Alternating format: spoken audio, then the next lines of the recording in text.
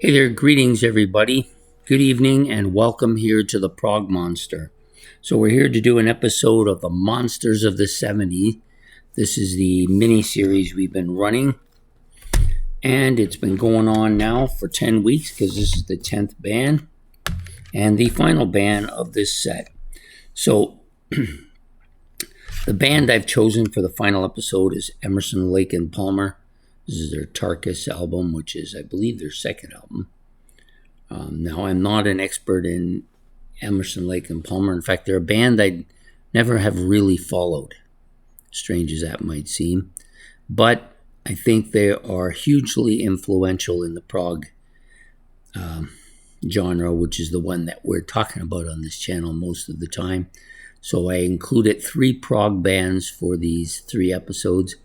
The other 2 you've already seen, and so I decided to end off with this. Now that, of course, means that bands like Jethro Tull and Genesis and AC/DC didn't get elected into this, but 2 of those bands will be coming forth in the next decade, so bear with me. There's some bands you just can't do without, and this is one of those bands. Even though I don't really follow them, but for odd reasons, I happen to have 4 of their studio albums for a guy who doesn't follow them. I keep hoping at some point it'll click in, and then magically I'll fall in love with them. It happened with The Doors after 40 years of listening and trying them out, and eventually they just clicked in, and I'm hoping the same thing happens here. So a little bit about their history. So, of course, most people will know this who follow Emerson, Lake and Palmer or know anything about prog music, is that the 3 members of this band, Greg Lake, Keith Emerson, and Carl Palmer, all came from other bands that were fairly notable. Carl Palmer from Atomic Rooster, Keith Emerson from The Nice, and, of course, God Voice, Greg Lake from King Crimson. So their debut album did very well, and they just got better and better until they got to their Brain Salad Surgery album, which I believe is their biggest album, at least record sales wise.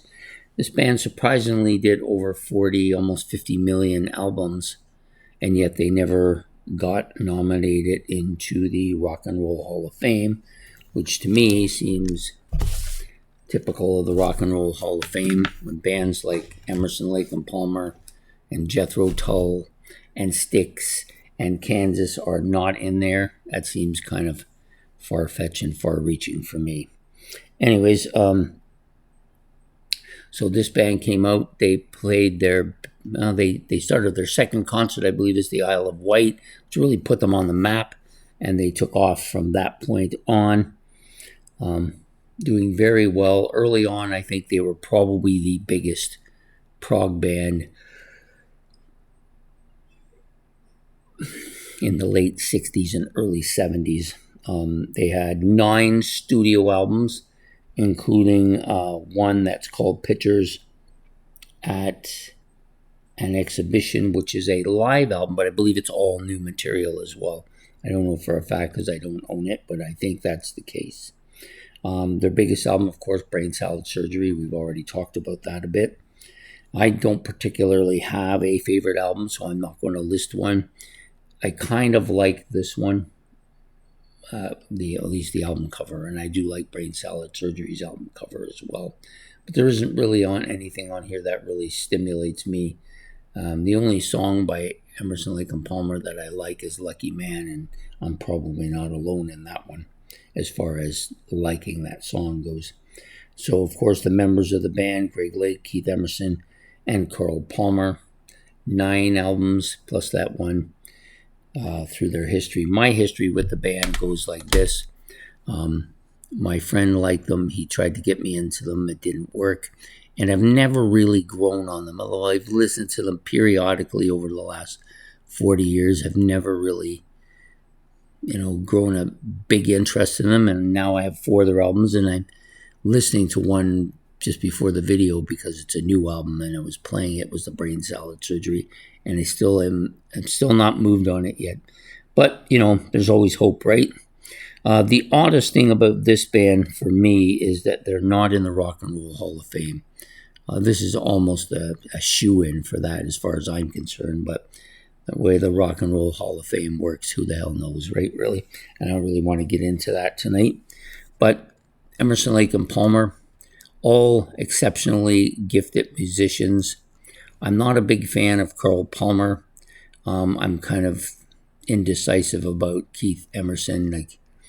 I don't really spend too much time thinking about, but I love Greg Lake. He's one of my favorite musicians, and I think he has a great voice, and there's just nothing more I can say about that.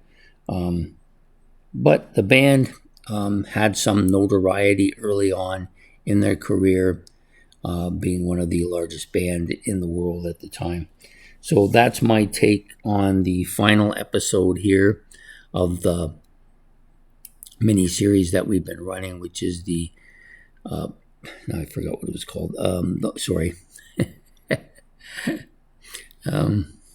I don't know why I always do this. I get these blanks sometimes. And it's here too. I've seen it, and now I can't find it. Where is it? Oh, Monsters of the 70s. I apologize for that. I just couldn't find it. It was wandering around in there, but not coming out. So this will be the last episode of Monsters of the 70s. We will move on to the 1980s in a couple of weeks, and that will be called, and I can't remember that either. So, of course, Changing 80s. The Changing 80s as bands start to change.